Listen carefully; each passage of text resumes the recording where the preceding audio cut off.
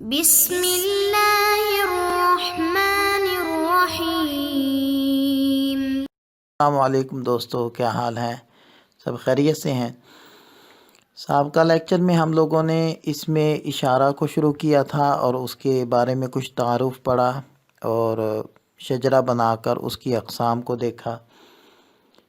تو اب یہاں اس میں اشارہ کے ترجمے میں کچھ احباب کے ذہن میں ایک اشکال یا سوال پیدا ہو سکتا ہے کہ آپ نے ذالکہ کا ترجمہ کیا وہ،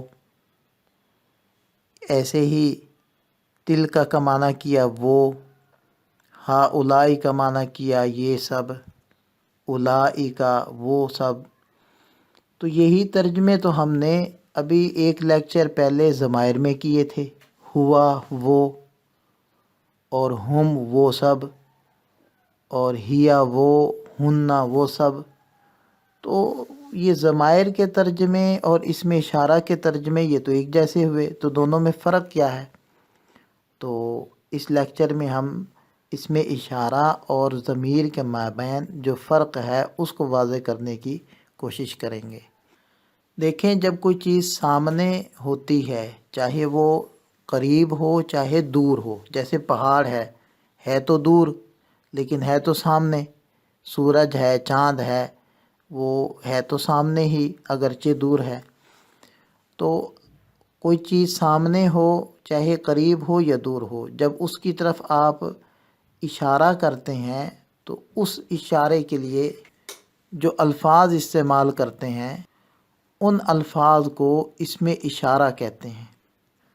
اور اگر آپ کسی شخص کے بارے میں کوئی بات کر رہے ہیں اور اس کے نام کو بار بار لینے کی زحمت سے بچنے کے لیے آپ اس شخص کی طرف اشارہ کرتے ہیں اور اس اشارے کے لیے جو لفظ استعمال کرتے ہیں اس لفظ کو ضمیر کہتے ہیں۔ تو یہ فرق تو ہوا استعمال کرنے کے اعتبار سے، یعنی اگر کوئی سامنے موجود چیز ہے، آپ اس کی طرف اشارہ کرنا چاہتے ہیں، اس کے لیے جو لفظ استعمال ہوگا اس کو اس میں اشارہ کہیں گے۔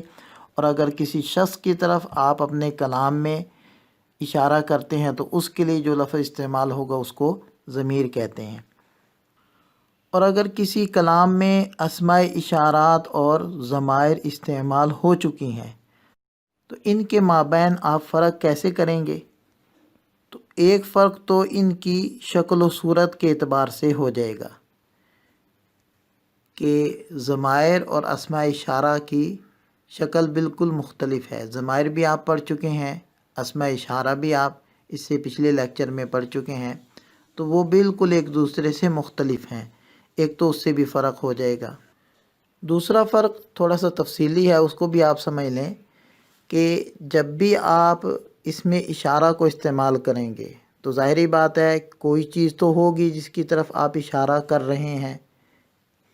وہ جو بھی چیز ہو، چاہے وہ قریب ہو چاہے وہ دور ہو، چاہے وہ مذکر ہو چاہے وہ مؤنث ہو، اس کو مشار الیہ کہتے ہیں۔ اور ضمیر میں بھی کسی ذات کی طرف اشارہ ہوتا ہے تو جو ذات ہوگی یعنی ضمیر سے جو ذات مراد ہوگی اس کو ضمیر کا مرجع کہتے ہیں۔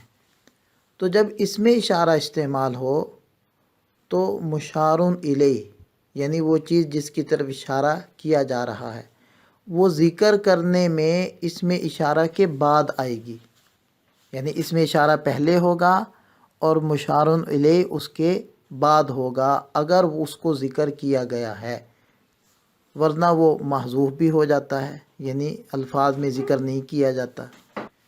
جیسے ھذا القلم، ھذا الکتاب، یا قرآن پاک میں ذالک الکتاب، تو یہ ھذا تو اس میں اشارہ ہے اور القلم مشار الیہ ہے۔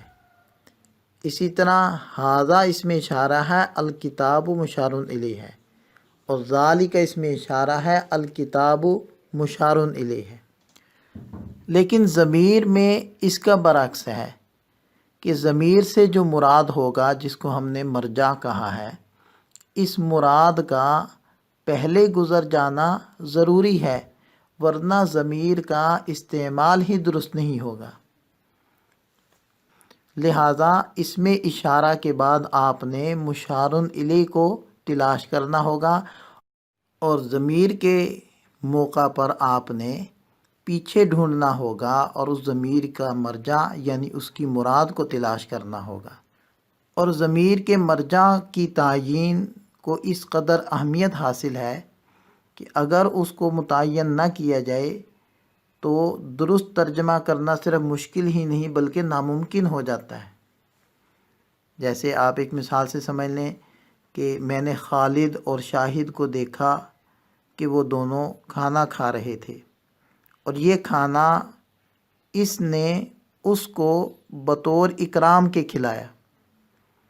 تو اگر آپ ان ضمائر کا مرجع متعین نہ کریں تو ترجمہ کرنا مشکل ہو جائے گا اور درست ترجمہ کرنا ناممکن ہو جائے گا، اس لیے کہ معلوم نہیں پڑے گا کہ کس نے کس کا اکرام کیا۔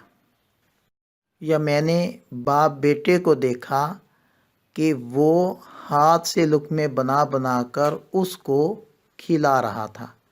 اب کون کس کو کھلا رہا تھا؟ باپ لقمے بنا کر بیٹے کو کھلا رہا تھا یا بیٹا لقمے بنا کر باپ کو کھلا رہا تھا؟ اگر مرجع کی تعیین نہیں ہوگی تو ترجمہ کرنا مشکل ہو جائے گا۔